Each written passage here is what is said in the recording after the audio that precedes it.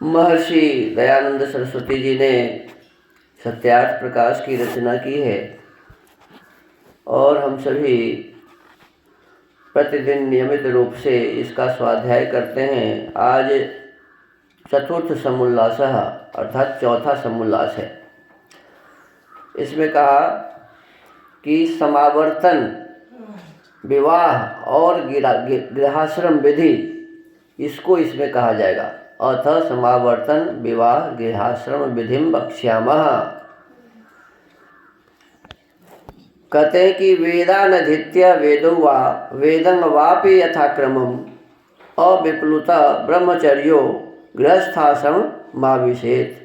मनु महाराज कहते हैं कि जब यथावत ब्रह्मचर्य आचार्यानुकूल वर्तकर धर्म से चारों, 3 व 2 अथवा 1 वेद को सांगोपांग पढ़ के जिसका ब्रह्मचर्य खंडित न हुआ हो, वह पुरुष व स्त्री गृहाश्रम में प्रवेश करे।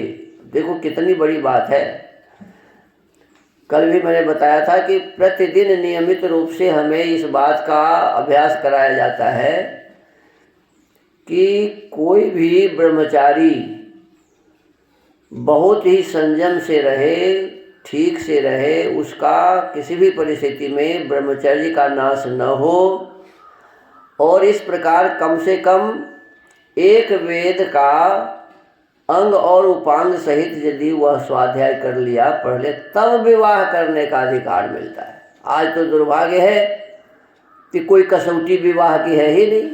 एक ही कसौटी है सरकार की तरफ से, कितना वर्ष हो जाए? 18 वर्ष। चाहे वो मूर्ख है, चाहे कुछ भी है, बस उसका विवाह हो जाना चाहिए। जो कितना वर्ष हो गया? 18 वर्ष का। अब 21 शायद कर दिया है नया में। 21 का बालक, 18 का की लड़की। तो ये वेद विरुद्ध बातें हैं। वेद में कहा गया कि जब बालक 8 वर्ष का हो जाए तो उसे गुरुकुल में भेज दीजिए। बालिका 8 वर्ष की हो जाए तो उसे गुरुकुल में भेज दीजिए। बालक के गुरुकुल में पुरुष ही पढ़ाने वाले होने चाहिए, बालिका के गुरुकुल में महिला ही पढ़ाने वाली होनी चाहिए। और जब वो बड़े हो जाएं, पठन पाठन हो जाए उसकी, कम से कम 1 वेद के वो विद्वान हो जाए अंगोपांग सहित, तो फिर उनकी योग्यता के अनुसार विवाह होनी चाहिए।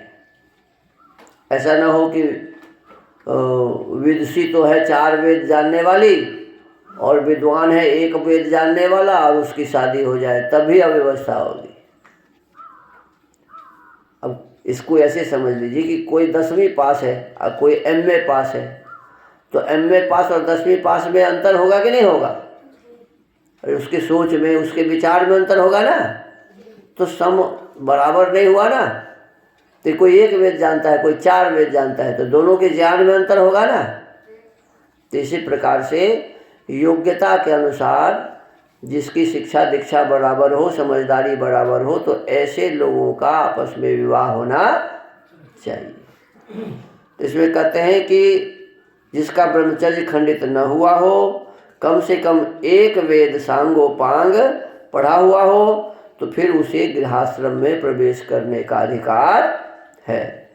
जो 2 वेद जानता है तो और अच्छी बात है, जो 3 वेद जानता है वो और अच्छी बात है, जो चारों वेद जानता है सांगोपांग सहित, शिक्षा, कल्प, व्याकरण, निरुक्त, छंद, ज्योतिष, ये है अंग, और योग, सांख्य, न्याय, वैशेषिक, वेदांत और मीमांसा, ये है उपांग।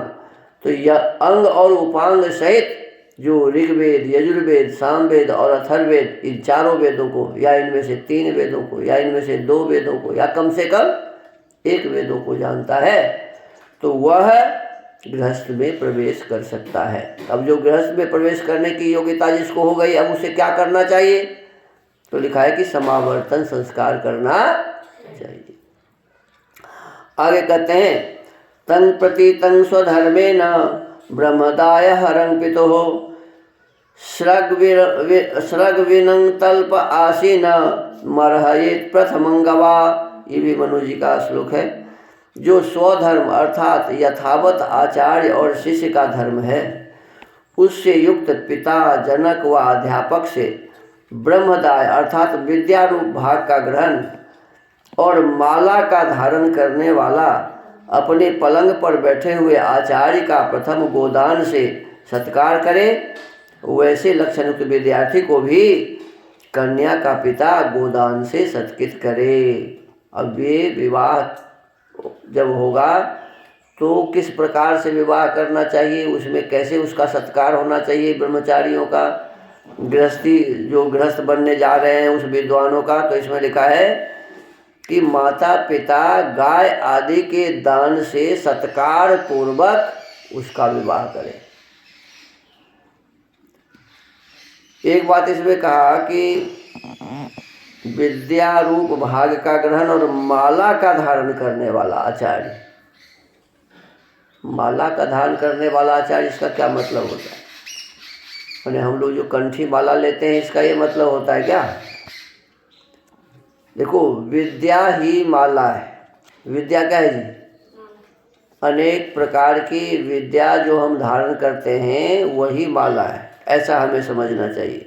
अनेक विषय वस्तु है ना, तो एक जैसे माला में मन का होते हैं ना, तो अनेक विषय अनेक मन के हुए, और वो जो कंठस्थ कर लिया है सारे, तो वही माला हो गया।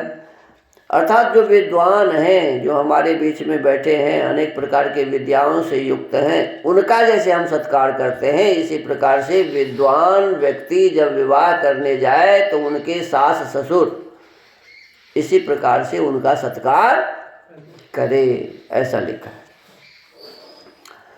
गुरुणानुमतः स्नात्वा समावृत्तो यथा विधि उद्वहेत द्विजो भार्यं सवर्णं लक्षणान्विताम्।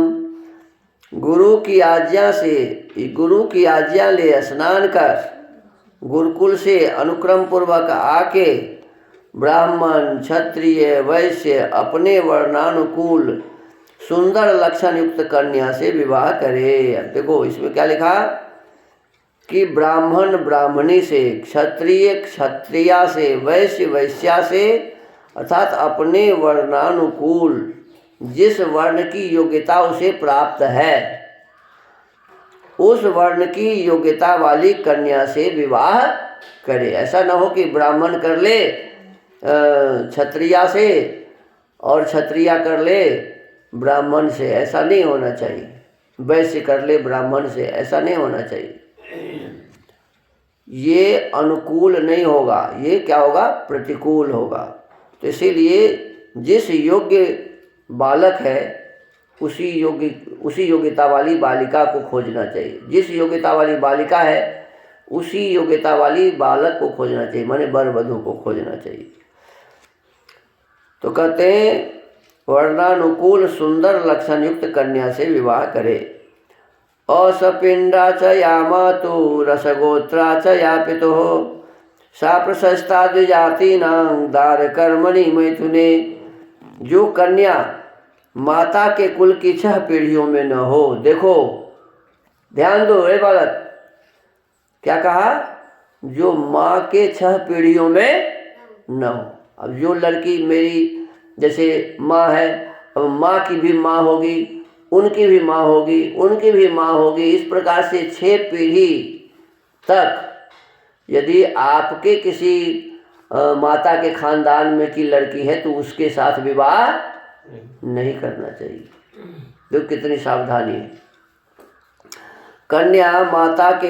जो कन्या माता के कुल की 6 पीढ़ियों में न हो और पिता के गोत्र की न हो, पिता के गोत्र के भी नहीं होने चाहिए, क्योंकि एक गोत्र के सब भाई भाई बहन बहन होते हैं, भाई बहन होते हैं। तो 6 पीढ़ियों में न हो और पिता के गोत्र की न हो तो उस कन्या से विवाह करना उचित है। अब इस समय इस बात का कोई ख्याल ही नहीं रखता। माता के 6 पीढ़ियों में और पिता के गोत्र में विवाह नहीं करना चाहिए। आजकल तो चचेरी बहन से लोग शादी कर रहा है, ममेरी बहन से शादी कर रहा है, पता नहीं क्या क्या व्यवस्था है। दक्षिण भारत में तो मामा के बेटी से शादी कर लेता है, मामा के बेटी से शादी कर लेता है, बताओ।